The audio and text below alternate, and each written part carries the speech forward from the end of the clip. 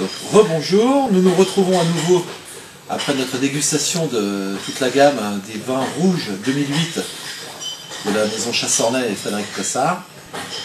Donc Taïsquet a décidé qu'on parle un peu de Saint-Romain rouge du domaine de Chassornay et Chambolle-Musigny. Donc je reviens juste un peu sur le millésime 2008, comme je vous ai dit, c'est un peu copié-collé avec le millésime 2007. C'est des vins qui sont sur le fruit, sur l'élégance, des vins qu'on pourra boire rapidement, c'est pas la peine de les faire vieillir pendant des siècles, c'est des vins qui vont s'ouvrir assez vite. Donc c'est une dégustation qui était un peu difficile parce que ce sont des vins qu'on a mis en bouteille, qu'on a commencé à mettre en bouteille la semaine dernière, hier et aujourd'hui.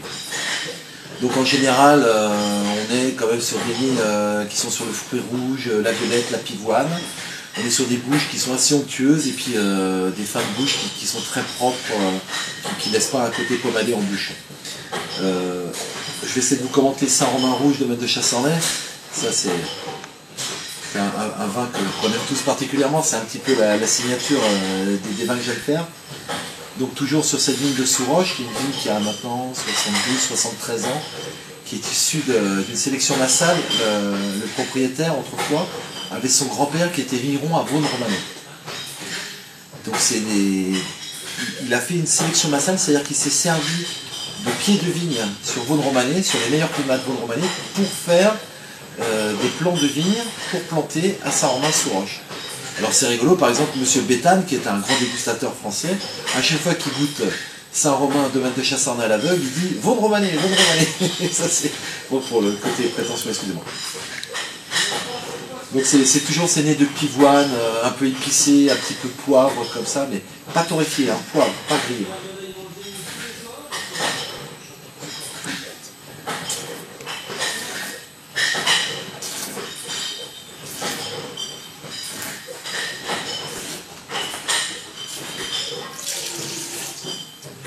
Donc c'est vraiment dans la continuité de Saint-Romain, c'est un vin, quand on a l'habitude et quand on le connaît, c'est très facile à reconnaître. C'est toujours ce même nez, c'est cette bouche onctueuse avec un tout petit peu de vanille mais qui ne vient pas du fût, hein. Beaucoup de rondeur comme ça, et puis ce côté mûr qui est intéressant, et puis toujours cette trame minérale qui ramène le vin assez droit pour qu'on puisse le boire, qui lui transmet un peu l'énergie que la vigne a réussi à puiser, à donner à ses raisins. Ensuite, nous allons goûter Chambolle-Musigny 2008. La bouteille est là, pardon. Donc ça, c'est une vigne qui est située juste à côté des premiers crus. Et c'est une vigne qui est très vieille, qui a plus de 80 années, soi-disant. Le vigneron m'a dit ça. Donc, ce qui est assez surprenant, je ne sais pas si vous allez voir la vidéo, c'est la couleur du Chambolle.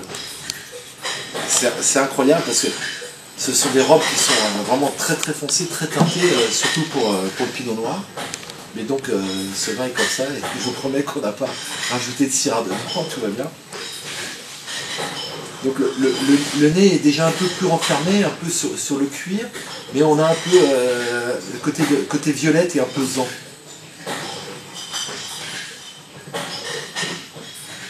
C'est des vins qui ont été mis en bouteille hier, hein, donc c'est pas évident de goûter les vins maintenant.